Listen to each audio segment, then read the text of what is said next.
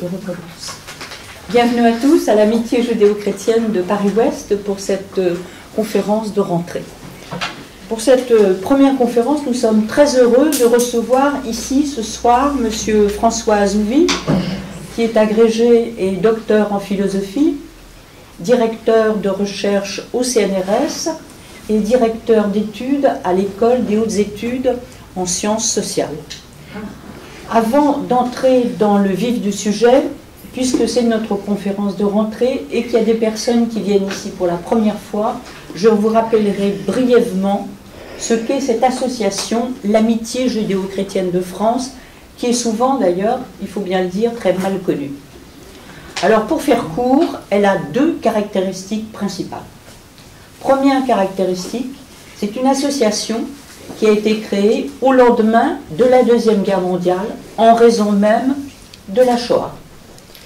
Et nous sommes la première association en France à réunir des juifs laïcs ou religieux avec des chrétiens, qu'ils soient de culte ou de culture chrétienne, ce qui fait de nous, et c'est quelque chose qui est mal connu, on croit toujours que nous sommes une association confessionnelle. Non, nous ne sommes pas une association confessionnelle, nous sommes une association laïque en quelque sorte, ce qui veut dire que nous n'avons de lien particulier avec aucune église. Nous n'avons de lien particulier avec aucun temple. Nous n'avons de lien particulier avec aucune synagogue.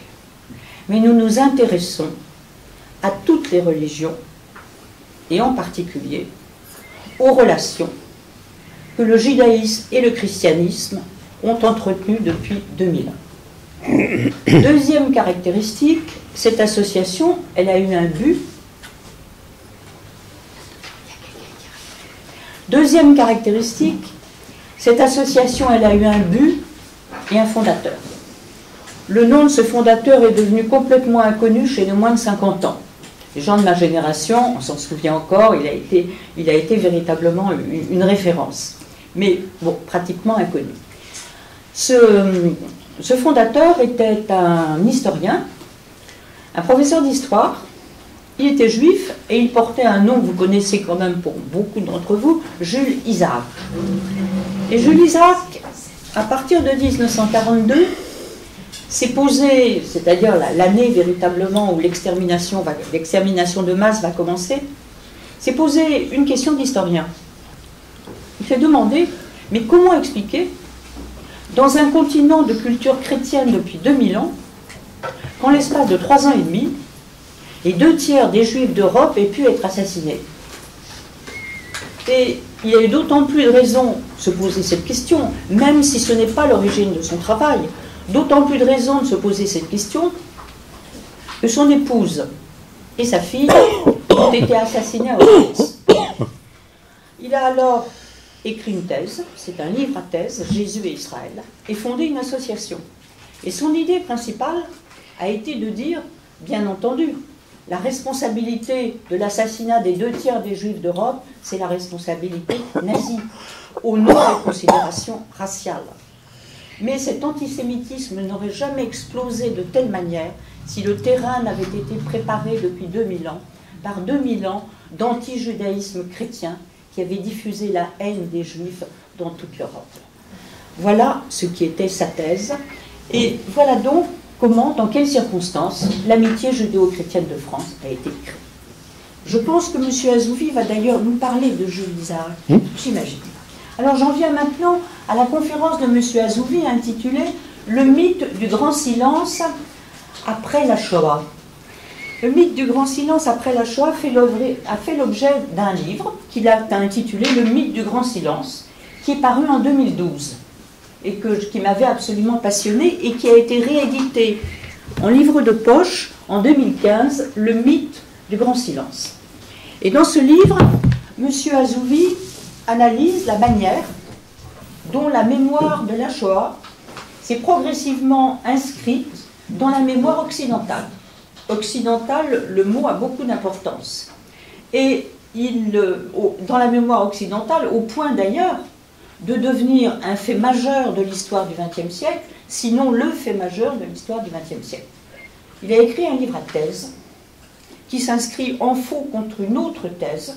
L'autre thèse qui consistait à dire, encore au début des années 2000, ben après tout, autour de l'extermination des Juifs, il y a eu un grand silence depuis la fin de la Deuxième Guerre mondiale. On avait tout oublié, on avait été indifférents, on avait tout refoulé. Et en fait, M. Azouvi va nous dire que ce n'est pas du tout le cas, que c'était une thèse simplificatrice, que c'était une thèse globalisante. Et lui, il a disséqué, si je puis dire, cette notion de silence. Il l'a disséqué en l'analysant en fonction des époques. Silence dans les années 50, silence dans les années 60, après la guerre. Et il l'a également analysé en fonction des milieux. Est-ce qu'il y a eu un silence dans les familles juives, dans les familles chrétiennes? Est-ce qu'il y a eu un silence dans l'État? Est-ce qu'il y a eu un silence dans les milieux littéraires? Est-ce qu'il y a eu un silence dans les milieux historiens? Est-ce qu'il y a eu un silence dans tous les milieux religieux? Et il l'a fait document à l'appui pour dégager une thèse qui quand même était très nouvelle, mais je crois qui est admise maintenant par beaucoup de monde, qui est la thèse, je crois, des cercles concentriques.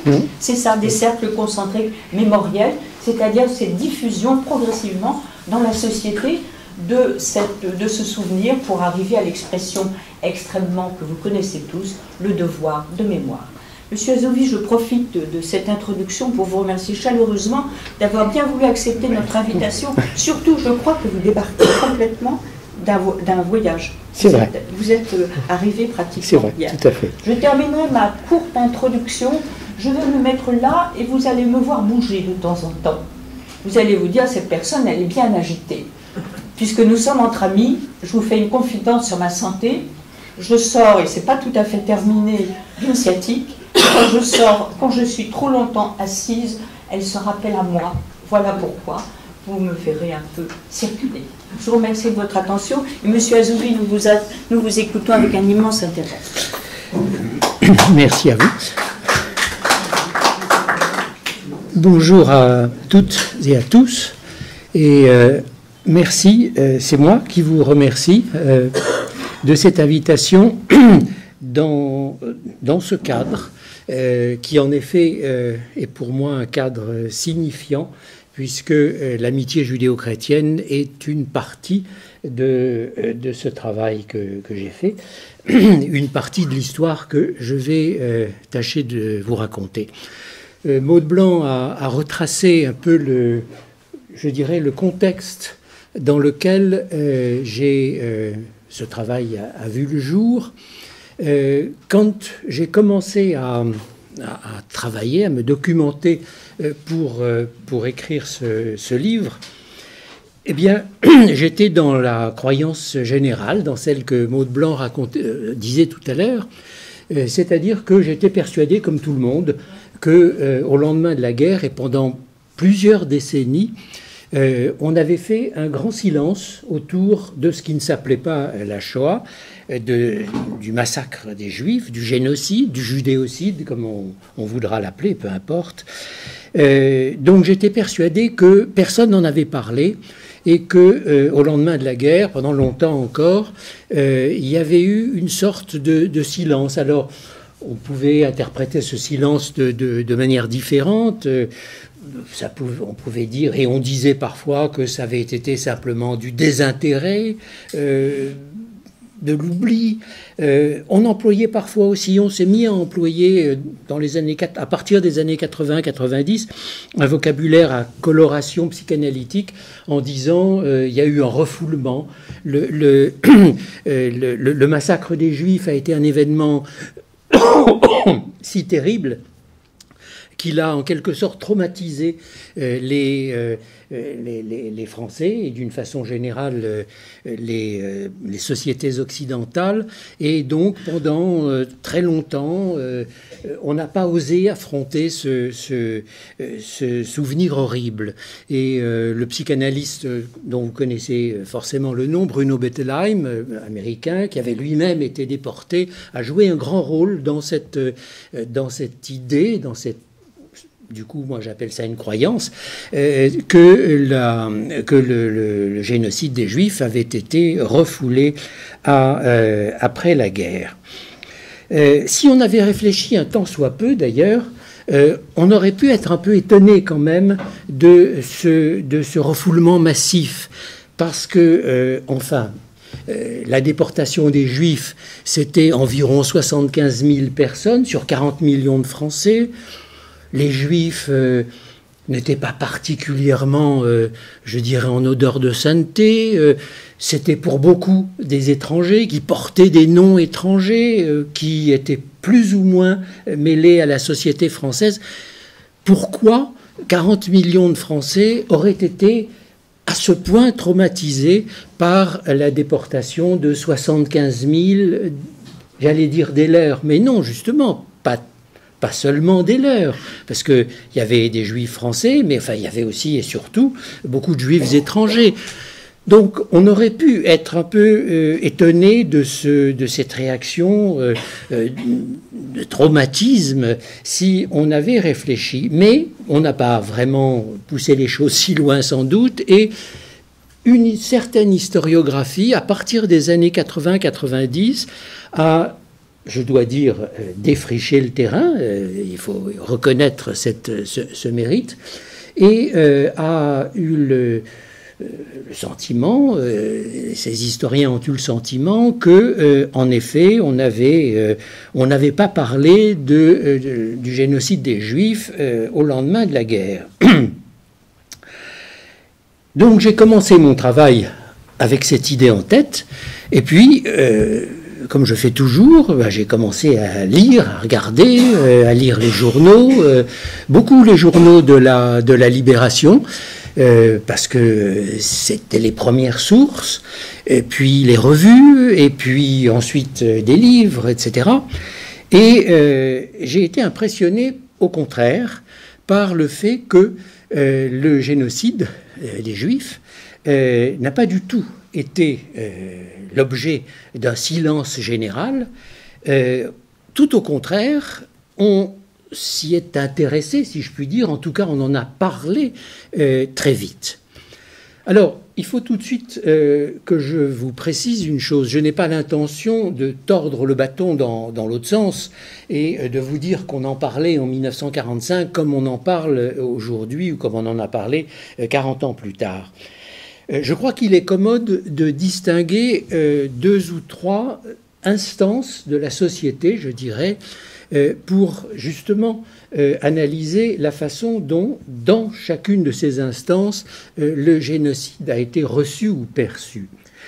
Il y a une première instance où, assurément, un certain silence a régné, ou en tout cas a régné dans certaines familles, c'est précisément les familles juives.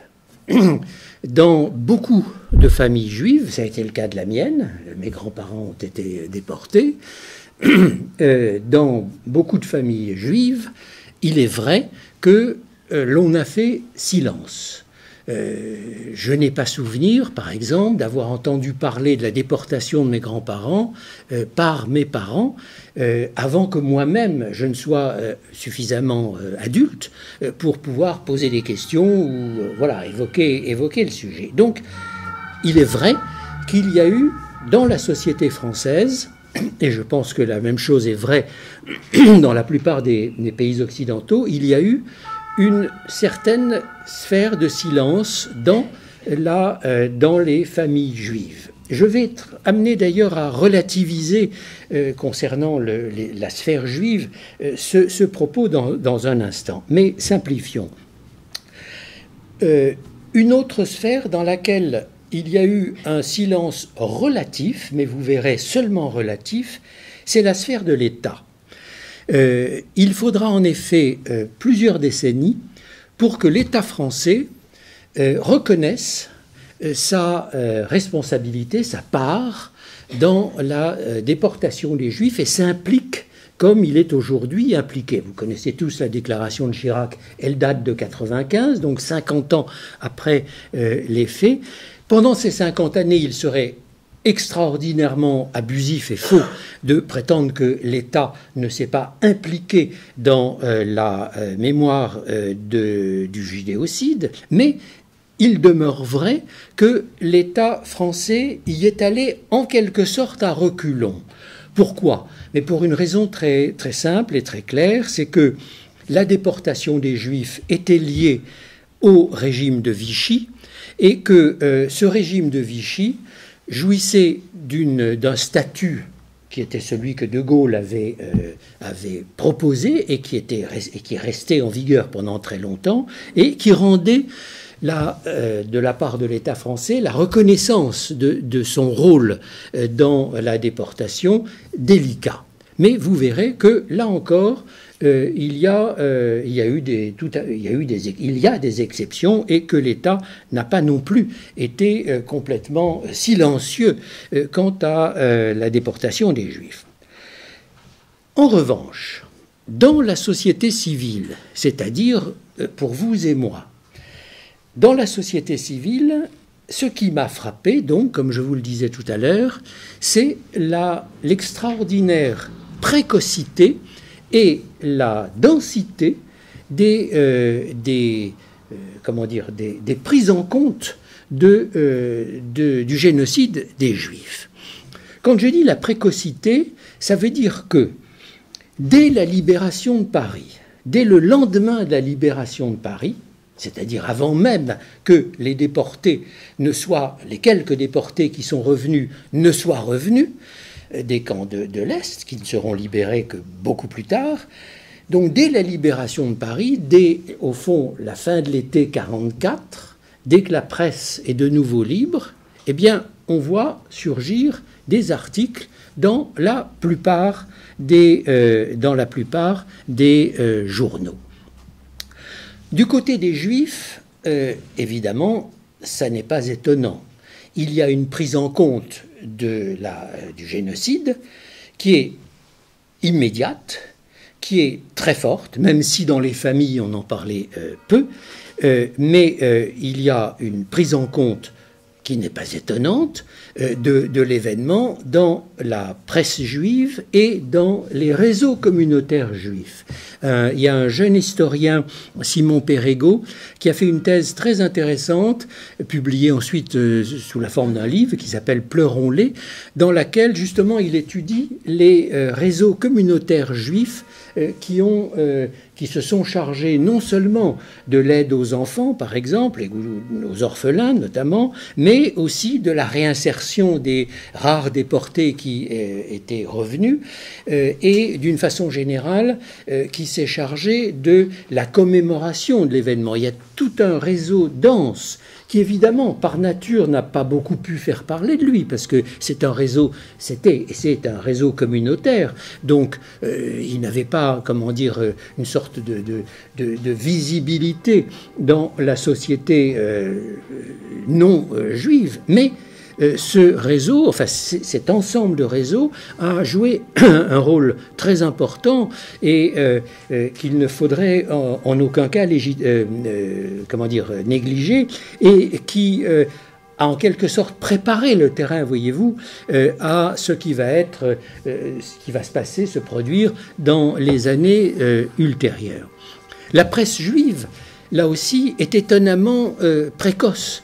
La presse juive est immédiatement branchée sur l'événement. Je vous en cite quelques titres. Droit et liberté, qui paraît dès juillet 1944. Je vous rappelle que la libération de Paris, c'est août, dès juillet 1944. La Terre retrouvée, qui est un hebdomadaire sioniste, paraît à partir de septembre 1944.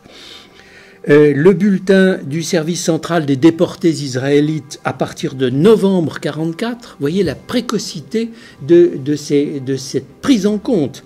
Et les absents, autre journal, à partir d'avril 1945, et à partir d'avril 1945 aussi, commence à paraître un périodique qui dure jusqu'à aujourd'hui encore, mais sous un titre différent, qui s'appelait à l'époque Le Monde Juif, et qui est le premier périodique dans le monde, j'y insiste bien, dans le monde, à être entièrement dévolu à la question du génocide. Et ça, c'est avril 45. Vous voyez, donc, vous avez dans ce périodique à la fois des informations, parce qu'on en était encore à ce moment-là à savoir qui était mort et qui ne l'était pas, qui allait revenir et qui n'allait pas revenir, etc.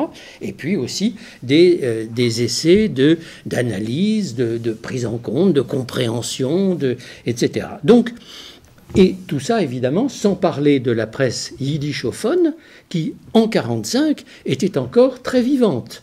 Il y avait une population juive de langue yiddish qui était très présente en France, et donc elle avait pour elle un certain nombre de journaux qui, évidemment, eux aussi, s'employaient à diffuser les informations, les réflexions, etc. Et puis il y a aussi dans ces mêmes années 44-45 toute une série de cérémonies qui ont lieu et qui vont contre l'idée que dans l'immédiate après-guerre, on aurait fait silence. Vous voyez, je ne vais pas les détailler, mais il y en a, pour la seule année 45, il y en a plus d'une dizaine qui ont lieu, soit dans des lieux, non cultuels, soit à la grande synagogue de la Victoire, avec le grand rabbin de France. Il y en a dans lesquels des autorités françaises d'importance sont présents, aussi des rabbins un peu du monde entier qui viennent. On assiste à l'inauguration de plusieurs monuments. Je vois par exemple la manifestation du 27 février 1949. On inaugure à la synagogue de la Victoire un monument à toutes les victimes juives, et cette inauguration se fait en présence du président de la République, Vincent Auriol, du président du Conseil et de quantité d'autres notables, d'autres ministres, etc. Donc ceci pour corriger un tout petit peu ce que je vous disais en préambule, à savoir que l'État français ne s'est pas beaucoup impliqué dans dans le souvenir ou dans l'élaboration du génocide. Vous voyez tout de même que le déplacement du président de la République, par exemple, est un événement notoire. Et puis, si on passe encore quelques années dans l'ordre des événements notables, le 27 juin 1953 est posé à Paris, donc seulement 8 ans après la fin de la guerre, est posée à Paris la première pierre de ce qui sera le mémorial de la Shoah. Bon, ça ne s'appelle pas comme ça à l'époque, ça s'appelle le tombeau du martyr juif inconnu ou un truc comme ça, d'ailleurs en référence directe au monument aux morts de la guerre de 14, hein, c'est évident. Mais peu importe. Donc le 27 juin 1953, la première pierre de ce tombeau du martyr juif inconnu est posée, et elle est posée en présence d'une immense foule et d'une immense foule de notables. J'ai là une liste qui n'est pas exhaustive, mais pour vous donner un peu la mesure de l'importance qui est conférée à l'événement à l'époque. Donc, le président de la République, Vincent Auriol, est là en personne. Le président du Conseil est représenté par sa femme, le ministre des Anciens Combattants, des représentants des ministres de la guerre, de la marine, de l'intérieur, le secrétaire général de l'Assemblée nationale, le président de la Cour de cassation et du Conseil d'État, le bâtonnier du barreau de Paris, le secrétaire, etc., etc. Bon, un représentant de l'Académie de médecine, enfin, tous les corps constitués, si vous voulez, sont présents ou représentés à cette cérémonie de 1953.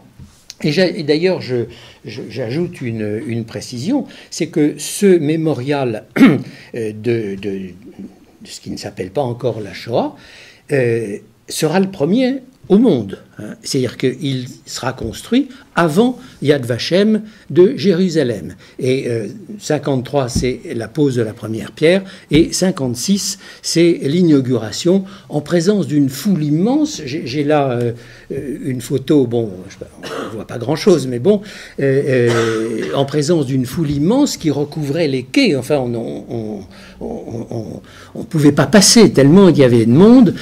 Donc, 11 ans après la fin de la guerre. Donc, ceci pour mettre, vous voyez, quelques jalons pour vous montrer que, loin que le génocide des Juifs ait été, qu'on ait fait silence, que personne ne s'en soit soucié, que personne n'ait remarqué qu'il s'était passé quelque chose, un certain nombre d'événements et d'événements publics témoignaient du contraire. Mais j'en viens d'emblée à ce qui probablement motive ma place ici. C'est ce qui m'a paru peut-être le plus significatif dans cette histoire, c'est la réaction des chrétiens. Je veux dire les catholiques et les protestants. Cette réaction, elle est immédiate. Je disais tout à l'heure que dans la presse libérée, on voit immédiatement des articles, c'est vrai, mais on les voit surtout dans la presse chrétienne. Par exemple, avant de dire ce que j'allais dire, je voudrais vous citer un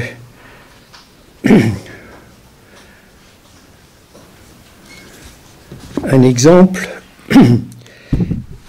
Dans Témoignages chrétiens, le 1er septembre 1944, vous avez un article qui s'intitule « Traitement des Israélites » qui raconte le témoignage d'une déportée de Ravensbrück et qui raconte en détail ce qu'était le camp de Ravensbrück. Je vous redis la date, 1er septembre 1944. Vous voyez la précocité de la chose. Le même jour, dans Le Figaro, Mauriac fait un article bouleversant sur ce qu'il a vu, c'est-à-dire la séparation des femmes, des enfants de leur mère, les premiers convois, et inutile de vous dire l'importance que pouvait avoir la prise en compte par quelqu'un comme Mauriac à cette époque de l'événement. Le 29 septembre de la même année, 1944, le philosophe catholique Gabriel Marcel, qui était à l'époque un philosophe, un écrivain notoire, important, publie dans un autre journal chrétien, catholique, Temps présent, un article très terrible parce qu'il raconte le camp de Drancy, d'une part, mais aussi très intéressant parce que dans cet article, le philosophe catholique qu'il était s'interroge sur la question de savoir si l'on peut pardonner aux nazis ce qu'ils ont fait. Et ce philosophe chrétien conclut en prononçant l'exigence d'impardonnabilité.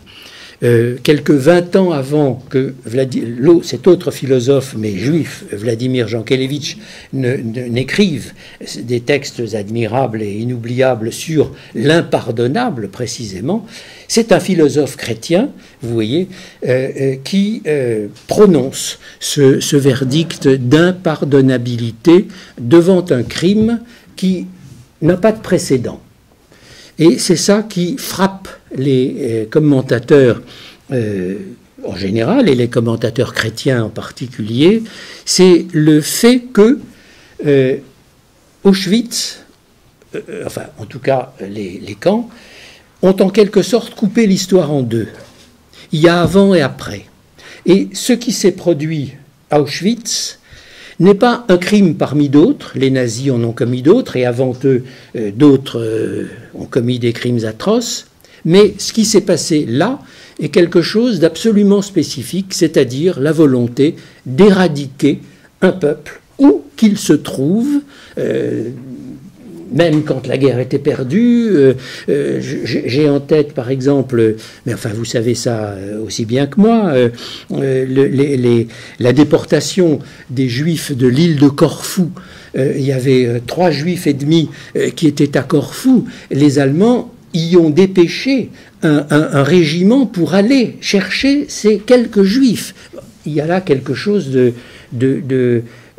fascinant, enfin d'incroyable si vous voulez. Et quelque chose de cet ordre, c'est vrai, ne s'était jamais produit auparavant. Il y a eu des génocides, en particulier celui des Arméniens, mais qui n'avaient jamais revêtu ce caractère de systématicité et d'organisation.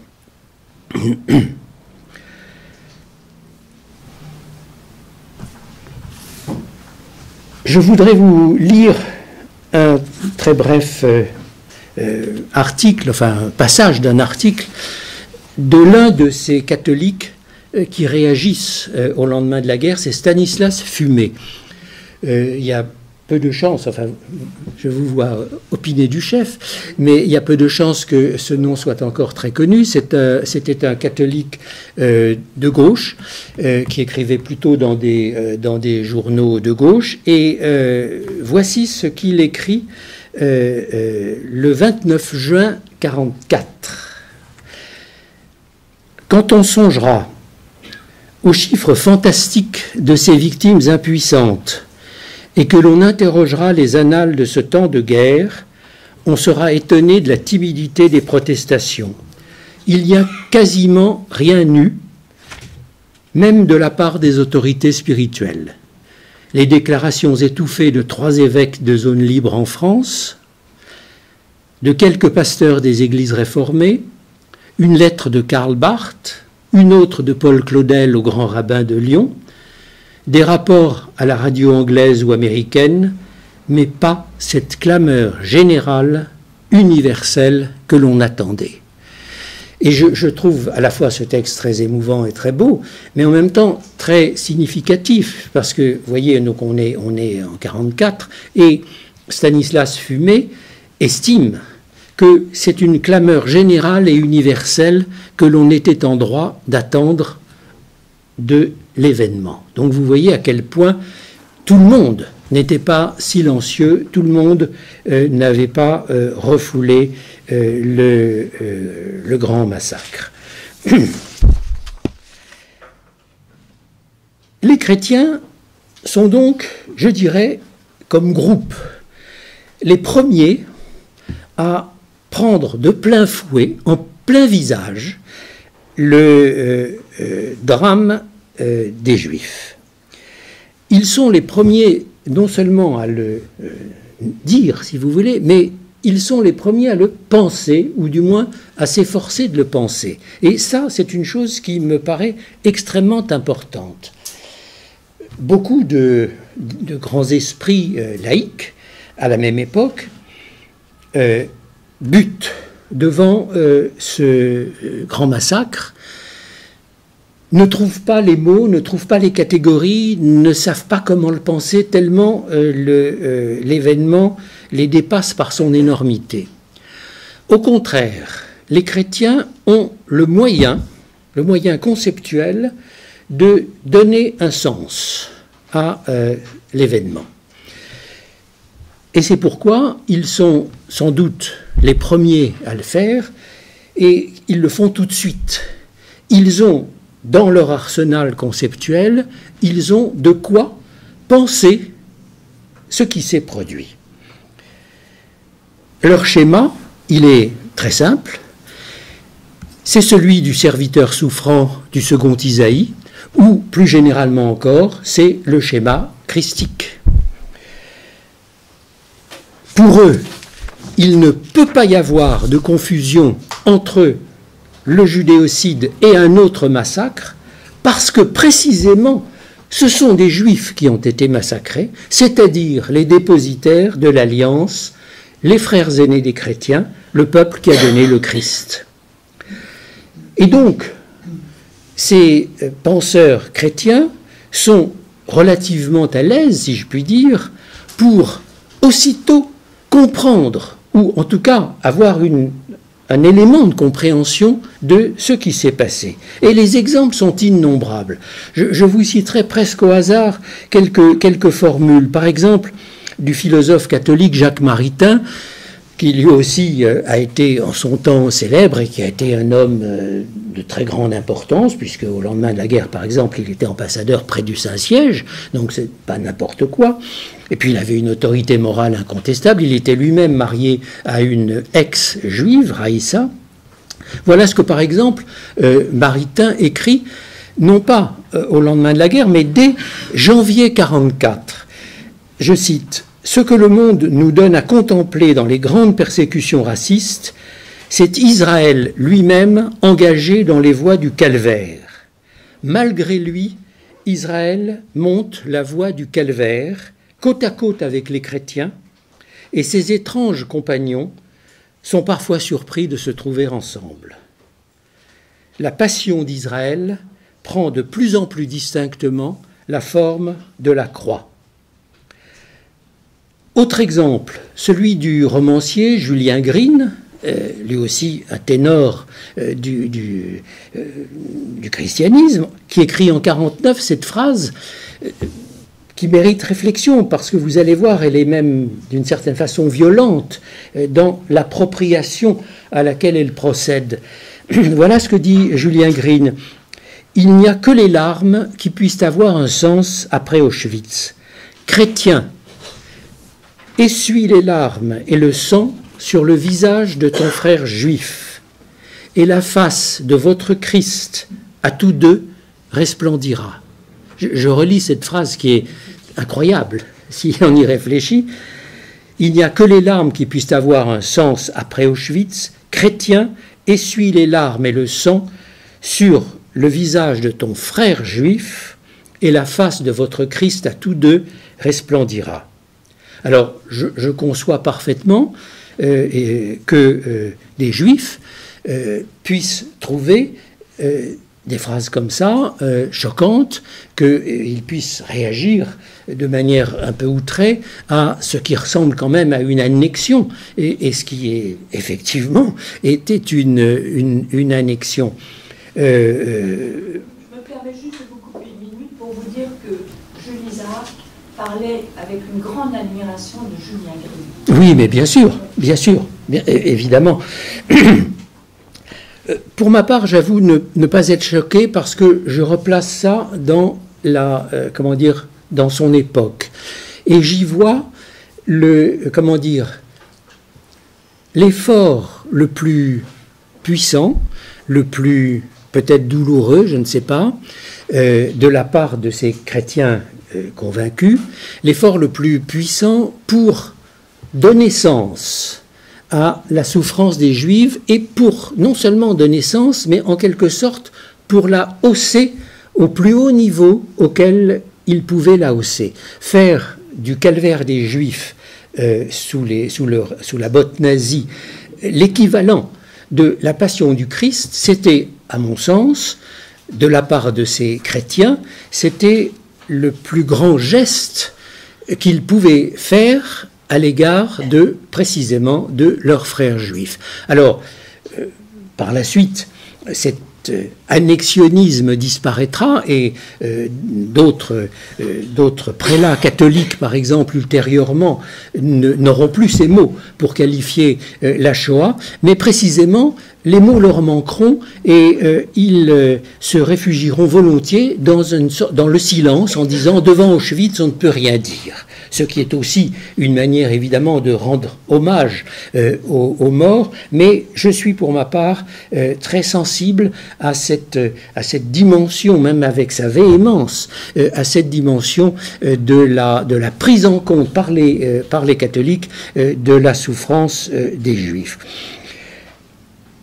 J'ai cité Maritain, Green, ce ne sont pas des isolés. À la Libération, tous les ténors presque tous les ténors du catholicisme interviennent d'une façon ou d'une autre pour dire au fond la même chose, qu'il s'agisse de Mauriac, qu'il s'agisse de Bernanos, de Jacques Madol, qui jouera un rôle dans les amitiés judéo-chrétiennes autour de Jules Isaac, et mieux que personne, Claudel. Claudel a écrit des textes sur le judéocide, sur le génocide, qui sont absolument incroyables. Et il a, avec tout son génie et sa puissance, je ne sais pas comment dire, visionnaire, si vous voulez, il a donné de l'événement, il a donné à l'événement un sens probablement le sens le plus puissant qui ait été donné à ce moment-là. Pour lui, le massacre des Juifs marque le début de la parousie, en fait, c'est-à-dire l'arrivée des temps messianiques. Et quand l'État d'Israël sera créé en 1948, il interprétera cette création de l'État d'Israël dans un schéma d'une puissance extraordinaire, il faut bien reconnaître. Premier temps de l'histoire eschatologique, de l'histoire sainte. Premier temps, Israël donne au monde le Christ. Deuxième temps, l'Holocauste, le massacre des Juifs, effectue une sorte de nouveau baptême et rend possible la rédemption, avec en arrière-plan la parabole biblique qui est dans 2 Rois 25-9 sur la destruction de Jérusalem.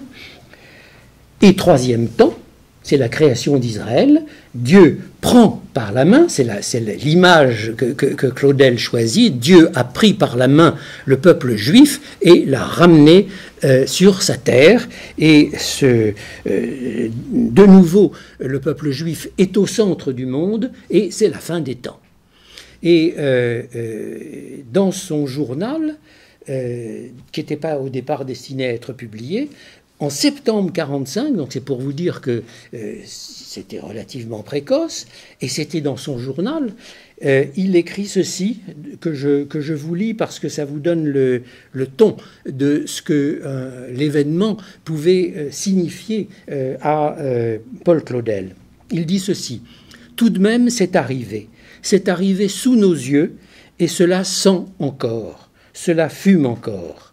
Il y a eu ces millions de Juifs, hommes, femmes, enfants, vomis, enlevés, emportés jusqu'au ciel par les infatigables cheminées d'Auschwitz et autres lieux.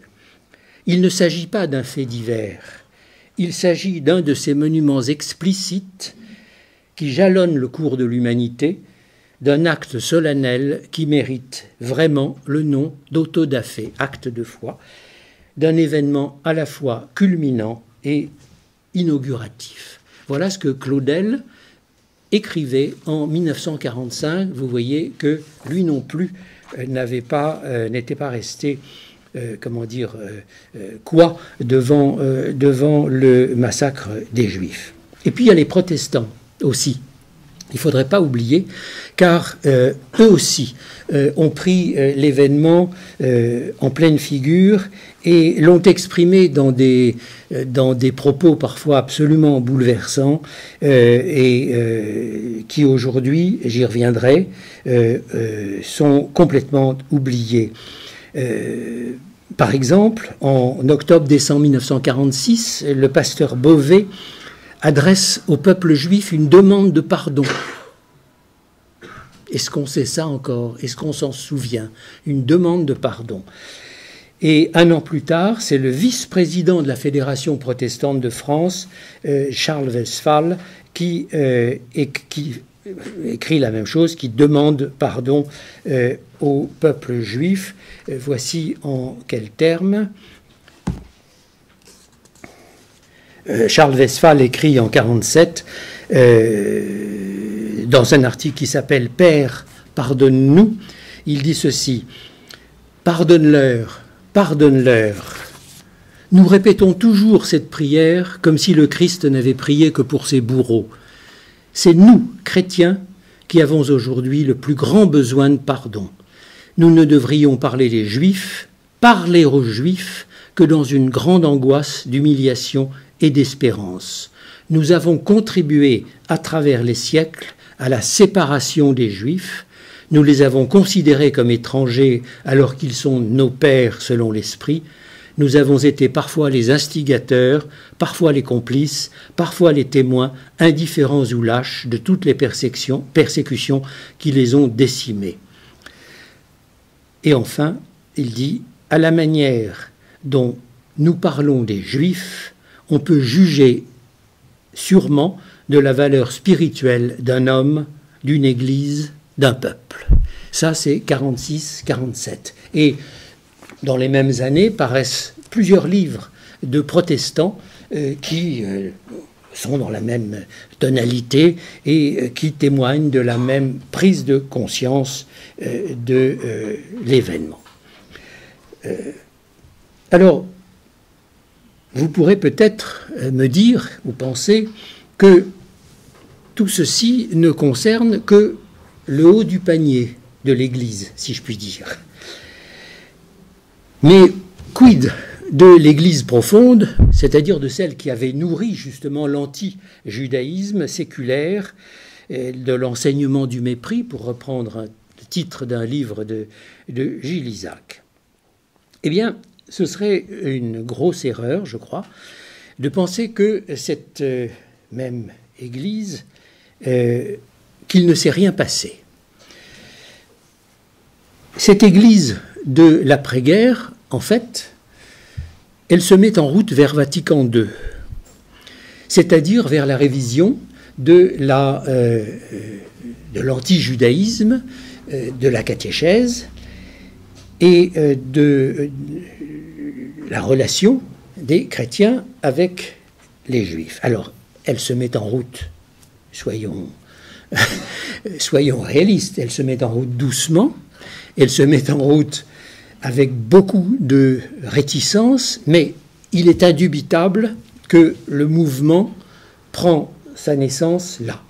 Et Maud Blanc y faisait allusion tout à l'heure, l'homme clé ici c'est Jules Isaac, le professeur d'histoire, dont la femme et la fille avaient péri à Auschwitz. C'est lui qui, incontestablement, déclenche le mouvement, et il le déclenche d'une façon qui est tout à fait significative. En 1946, il tombe sur les propos d'un catholique qui se croyait philosémite et qui probablement l'était aussi à sa façon, qui est Daniel Rops, qui avait été autrefois un ami de Peggy, etc. C'était pas du tout quelqu'un qui avait le couteau entre les dents. Au contraire, il tombe sur une phrase de Daniel Rops terrible, dans laquelle cet auteur, au fond, et pour simplifier, fait retomber sur le peuple juif, massacré pendant la guerre, la responsabilité du judéocide, du déicide. Au fond, ce qui s'est passé pendant la guerre, c'est le résultat, tragique sans doute, mais c'est le résultat de la crucifixion du Christ. Et là, Jules Isaac bondit, c'est pas possible. C'est pas possible de ne pas réagir devant cette phrase, et il lance toute sa puissance de conviction et tout son réseau pour partir en guerre contre l'anti-judaïsme qui suinte de cette phrase. Et ce qui est tout à fait étonnant et qui vaut d'être remarqué, c'est que le même Daniel Rops avait écrit en 1938 des propos qui étaient tout à fait du même ordre. Tout à fait du même ordre. C'était la doctrine classique, les Juifs payent pour le déicide. En 1938, ces propos n'avaient soulevé aucune objection. Personne ne s'en était soucié. Mais en 1946, il y a eu entre-temps les 6 millions de morts, et ça n'est plus supportable. Et c'est ça, moi, qui me paraît tout à fait extraordinaire, si vous voulez, et notable, c'est la prise de conscience que cela implique de la part de la population française, mais au premier chef ici, de la part des chrétiens. Ce qui était banal en 1938 devient en 1946 parfaitement inadmissible. Alors, Jules Isaac se démène pour tenter de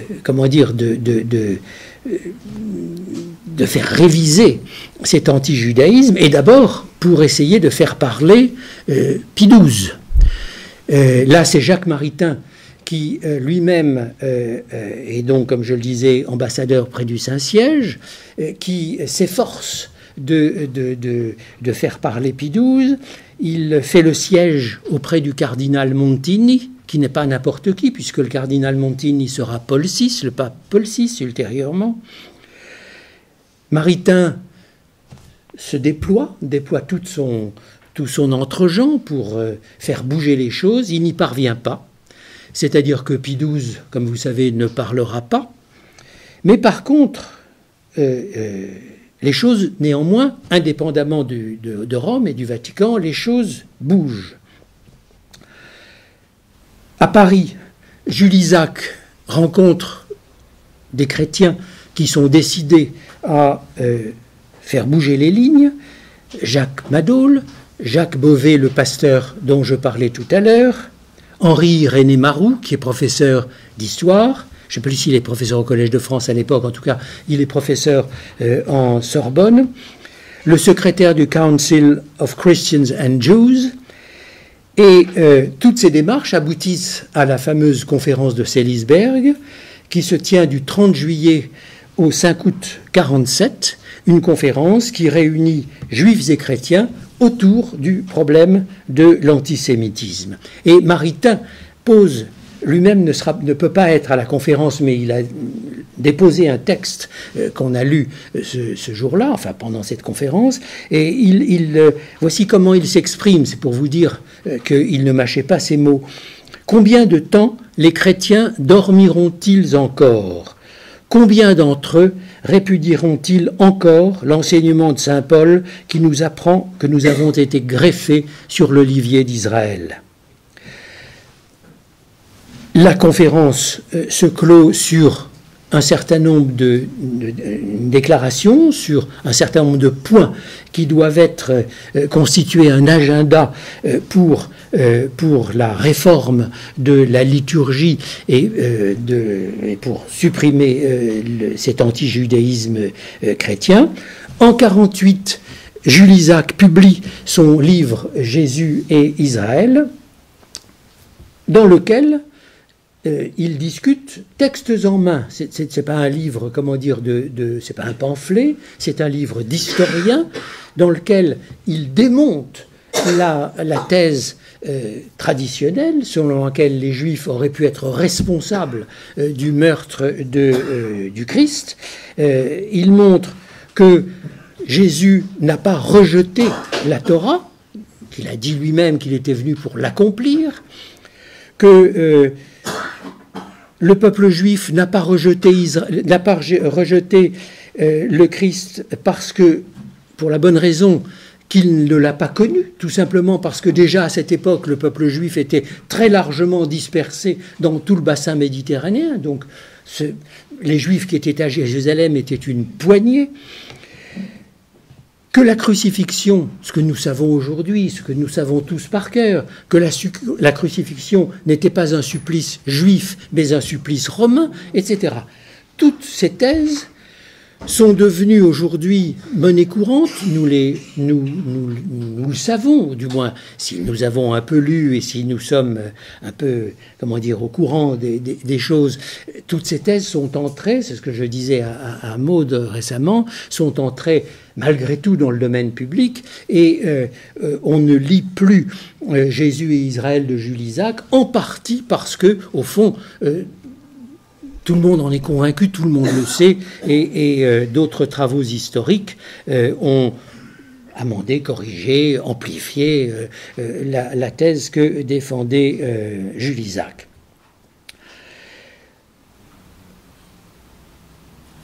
Un ensemble de catholiques regroupé autour d'un certain nombre de revues, travaille dans ces années 40 puis 50 à ce qui sera Vatican II et ce qui sera le schéma de Nostra Aetate, notamment autour de la revue Les Cahiers Sioniens.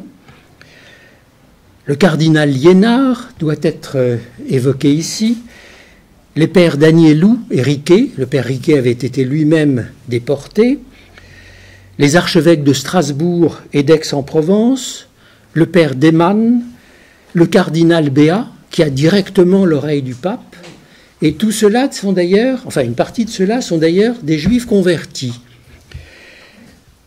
Les religieuses de Notre-Dame de Sion, voilà des groupes, vous voyez, des gens et des groupes qui font un travail immense pour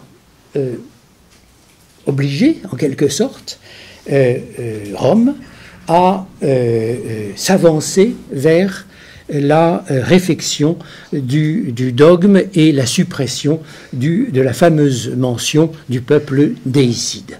C'est une histoire qui nous emmènerait trop loin, puisque c'est en 1965, et d'ailleurs après de grosses difficultés, de grosses négociations, etc. Ça n'a pas été ça n'a pas été un chemin jonché de roses d'y parvenir, mais enfin, en 1965, cette déclaration Nostra Aetate est parue et elle a évidemment bouleversé les rapports des chrétiens et des juifs.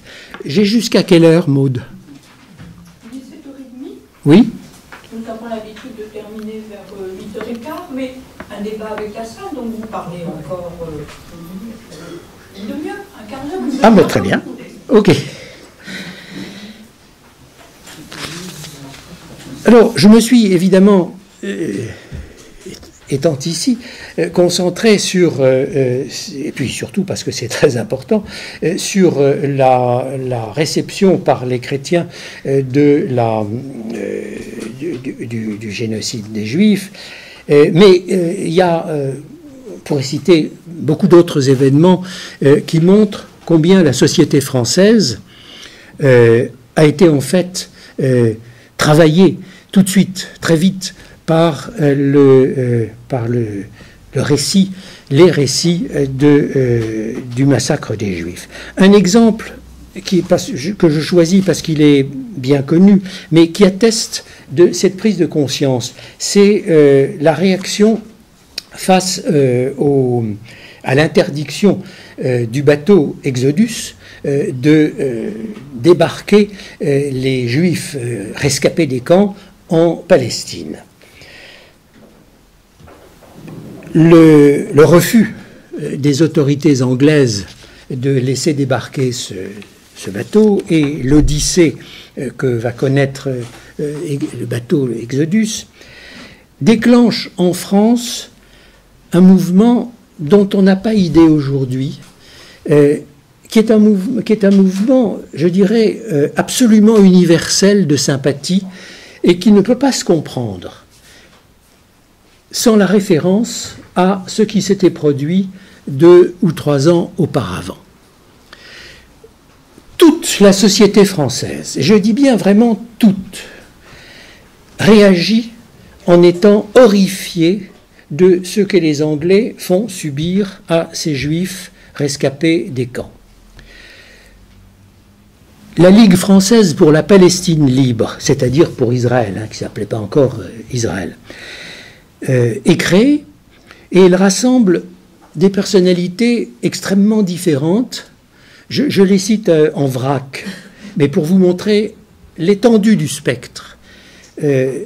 Sartre, Jules Romain, Vercors, Raymond Aron, Simone de Beauvoir, Paul Claudel, Jean Kelevitch, Louis Jouvet et tant d'autres.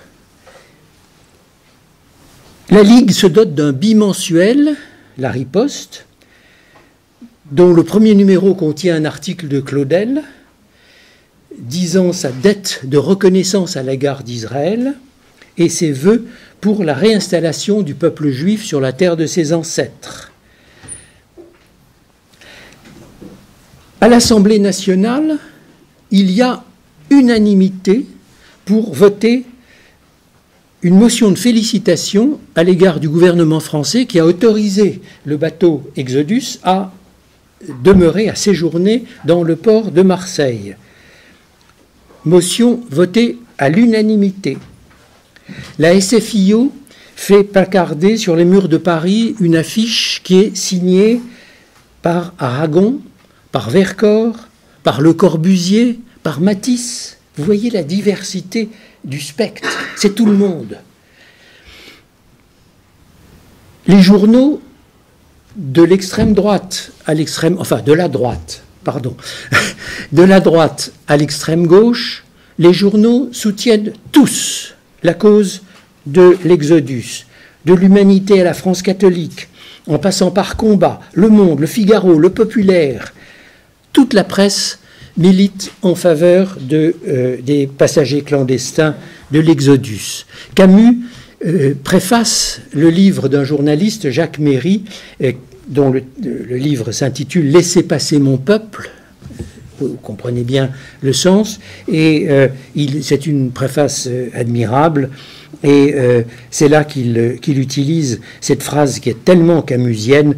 Il dit ceci: « Qui répondrait en ce monde à la terrible obstination du crime, si ce n'est l'obstination du témoignage ?» En 1948, c'est Sartre, qu'on connaît plutôt pour ses prises de position pro-arabes, c'est Sartre qui rédige un tract que publie toute la presse. Il dit « Pour qui sonne le glas ?» et il n'y va pas par 4 chemins.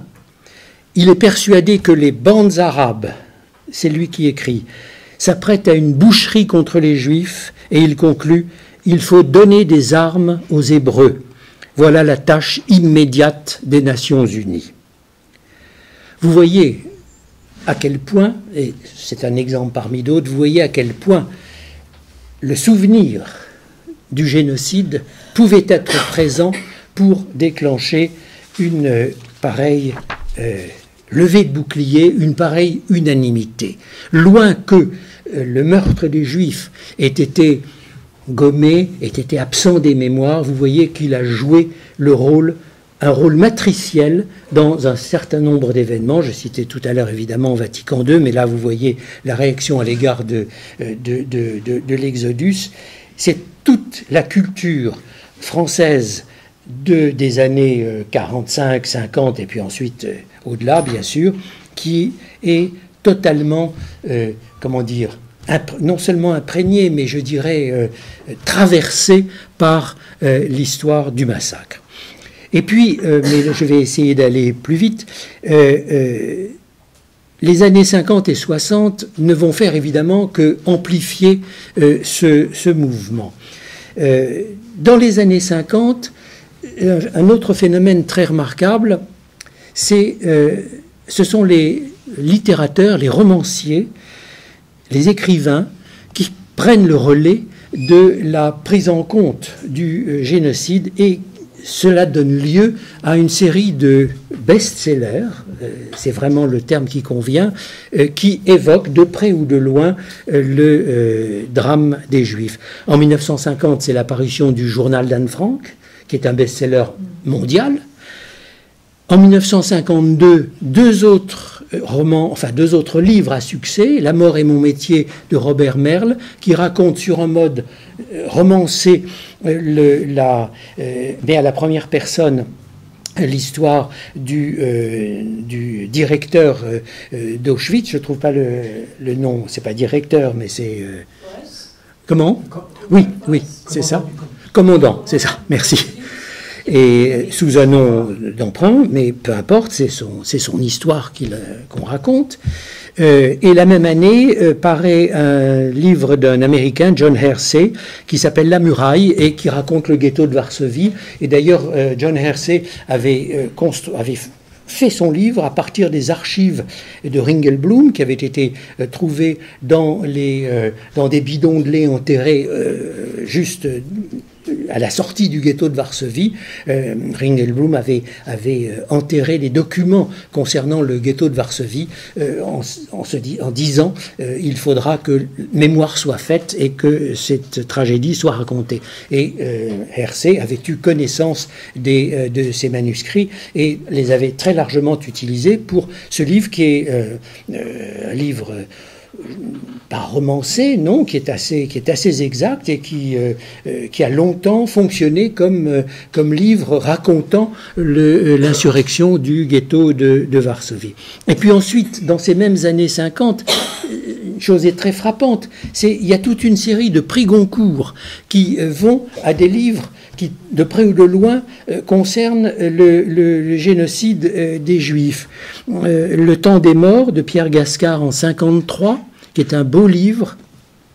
Les Obélés de Roger Icor, qu'on connaît mieux, en 1955. Les Racines du ciel de Romain Gary en 1956. Et puis, en 1959, le dernier des Justes d'André Schwarzbach, qui est non seulement un prix Goncourt, mais pendant très longtemps, ce sera le prix Goncourt le mieux vendu en France. Donc c'est vous dire que ça ne concernait pas trois personnes et demie, mais c'était vraiment, je veux dire, les gens qui lisaient avaient toute chance d'avoir lu l'un de ces livres et probablement même plusieurs. Dans les années 60, et je vais presque m'arrêter là, dans les années 60, une série d'événements intervient qui vont, alors là, littéralement, lancer définitivement, je dirais, le génocide dans l'espace public. C'est d'abord le procès Eichmann en 1961, mais ce n'est pas tellement d'ailleurs le procès Eichmann lui-même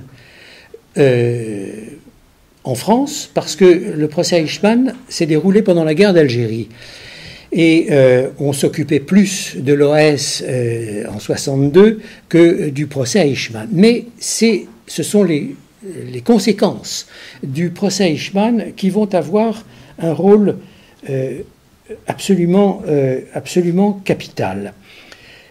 En 1963, Hannah Arendt publie Eichmann à Jérusalem, enfin c'est traduit comme ça en français, et là aussi c'est un événement considérable par la polémique que déclenche le livre d'Arendt.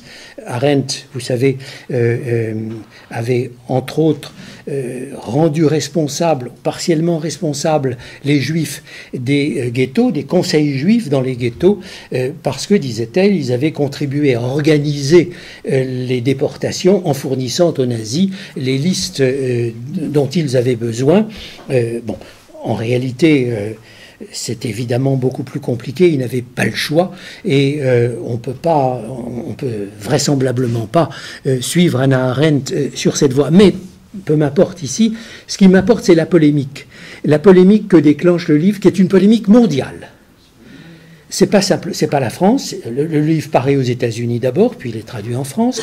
C'est la polémique mondiale que déclenche ce livre et qui fait du génocide des Juifs, qui achève de faire un événement que personne ne peut ignorer. Et puis, la même année, en 1963, paraît en Allemagne la pièce d'un jeune dramaturge, Rolf Hochhuth, que l'on va traduire en français sous le titre « Le Vicaire ». Le Vicaire, peut-être ce nom ne vous dit rien, mais si je vous dis le film que Costa Gavras en a tiré, Amen, ça éveillera peut-être plus de souvenirs. Le Vicaire, c'est le récit d'un jésuite, le père Fontana, qui essaye en vain, pendant la guerre, pendant les événements, de convaincre le pape de parler. Donc il se heurte au mur que vous savez, et comme il n'arrive pas à faire parler le pape, il décide finalement de s'accrocher une étoile de David sur sa soutane, et il part avec un convoi de juifs à Auschwitz, où il est massacré avec les juifs. Cette pièce de théâtre déclenche un véritable tsunami dont on n'a pas idée aujourd'hui. La raison en est simple, c'est que pour la première fois, Rome est mis en cause très directement dans un monde occidental, qui est encore très fortement chrétien. Le pape est directement accusé de silence et ça déclenche une tornade. La pièce est donnée dans pratiquement toutes les villes allemandes et puis elle est donnée dans toutes les capitales occidentales où à chaque fois elle fait un véritable scandale. En France, les premières représentations sont presque empêchées par des bandes de catholiques traditionnalistes qui veulent empêcher la pièce de se dérouler. Ils lancent des boules puantes sur la scène. Des comités se constituent au point que cela parvient aux oreilles de Gaulle, à qui on demande d'intervenir, et qui aurait répondu par cette phrase que j'adore. Il aurait dit « Pie XII n'a rien fait pour moi quand j'étais à Londres, je ne ferai rien pour lui. » Et d'ailleurs, il ne fera rien. Mais peu importe, en l'espace de 1 ou 2 ans, ce sont des milliers, et ce n'est pas une façon de parler, ce sont des milliers d'articles qui paraissent sur le livre de Horruth, en pour ou en contre. C'est un événement mondial, tout le monde ne parle que de ça, les gens se déchirent, par l'intermédiaire de cette pièce, évidemment, qui mettait en question la responsabilité directe de Rome, par cette pièce, le génocide entre, je dirais, définitivement dans la conscience occidentale. Voilà, je m'arrête là, parce que après, je pense que vous connaissez sans doute mieux l'histoire qui suit, et au fond, à partir de là, je dirais que les choses sont lancées, si vous voulez, et le génocide ne quittera plus la conscience occidentale, au contraire, il va véritablement la hanter. Je vous remercie.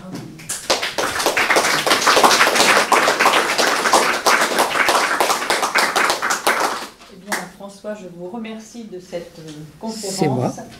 Et de votre analyse extrêmement nuancée. C'est ce que je disais tout à l'heure dans mon introduction. Cette analyse extrêmement nuancée selon les époques et selon les milieux de cette notion de silence. Vous nous avez appris, je crois, pour beaucoup d'entre nous, que dès les années 44, 45, 46, c'était une minorité de chrétiens, une minorité, je crois, d'intellectuels chrétiens. Dire tous les chrétiens, ce serait exagéré, mais que c'était une minorité d'intellectuels chrétiens. Vous avez cité Jacques Maritain, vous avez cité Stanislas Furel, François Mauriac, qui avaient pris conscience, bien entendu, de l'immense tragédie. Je crois qu'à cette époque-là, on ne posait pas encore le problème de la responsabilité de la Shoah, parce qu'elle était claire pour tout le monde. Les responsables de la Shoah, c'était les nazis, c'était Hitler. Et je crois que l'homme qui a jeté véritablement le pavé dans la mare, et c'est en 48, c'est pas en 44, en 45, en 46, qui a jeté le pavé dans la mare, c'est Jules Isaac. Parce que lui, il a posé le problème des responsabilités en d'autres termes, parce que comme vous le savez, il y a 2 idées dans le livre de Jules Isaac. Première idée qui va faire consensus chez tous les intellectuels chrétiens, le christianisme qui s'est greffé sur le judaïsme. Mais c'était déjà révolutionnaire de le dire à l'époque. Mais deuxième idée, et alors là, effectivement, qui est une idée absolument impossible à accepter pour beaucoup de chrétiens, deuxième idée, la responsabilité indirecte, pas directe, mais la responsabilité indirecte de la Shoah, elle vient de l'enseignement de l'Église qui a diffusé depuis les pères de l'Église l'idée que les Juifs étaient le peuple décimé. Et je crois que l'opposition qu'a rencontrée, on a un petit peu parlé, l'opposition qu'a rencontrée Jules Isaac en 1948 à son livre, venant de grands intellectuels chrétiens, je pense à Irénée Marou, qui quand même était détenteur de la chaire du christianisme à la Sorbonne, qui s'est montré extrêmement hostile et qui a été notre premier président. Dès qu'il a lu Jésus et Israël, il a démissionné. J'en dis non. Danielou, qui s'est fortement opposé dans une émission à la radio à Jules Isaac. Vous avez cité Daniel Rops, effectivement, donc des intellectuels chrétiens qui avaient été nourris véritablement de l'enseignement du mépris. Et je me demande, et cette notion de silence nous intéresse beaucoup à l'amitié judéo-chrétienne, parce que je me demande justement si les difficultés que Jules Isaac a rencontrées, et si ce grand silence, ça m'a frappé quand je suis entrée à l'amitié judéo-chrétienne il y a une dizaine d'années, ce grand silence autour de Jules Isaac, qui était son livre Jésus et Israël, complètement oublié. Je peux vous dire que chez les chrétiens, rares ont été ceux qui ont lu Jésus et Israël. Ça ne fait pas partie du tout de la culture chrétienne, ça fait partie de la culture juive. Eh bien, je me demande justement si ce silence qui a entouré Jules Isaac n'est pas dû à la deuxième partie de sa thèse, c'est-à-dire la thèse de la responsabilité de l'enseignement de l'Église. Et encore aujourd'hui, dans certaines paroisses, si on disait ça, ça reste un problème polémique. J'ai beaucoup d'amis catholiques, je vais parler des régions que je connais. Je connais la Savoie, mon mari était issu de la Savoie, et je connais de la Bretagne dont je suis issu. Donc je peux vous dire que les prêtres n'ont jamais parlé à leurs paroissiens de Nostra Aetate. Et mes amis catholiques, quand je leur en parle, inconnus complètement, vous voyez. Donc c'est pour ça que je crois que Jules Isaac, il a dit une sorte de vérité, et vous connaissez la chanson de Guy Béard, il a dit la vérité, il faut l'exécuter. Voilà, c'est un peu ça que je voulais dire, mais tout cet aspect de cet engagement justement très précoce des intellectuels chrétiens, ça c'est quelque chose de véritablement, et qui va faire bouger quand même l'Église.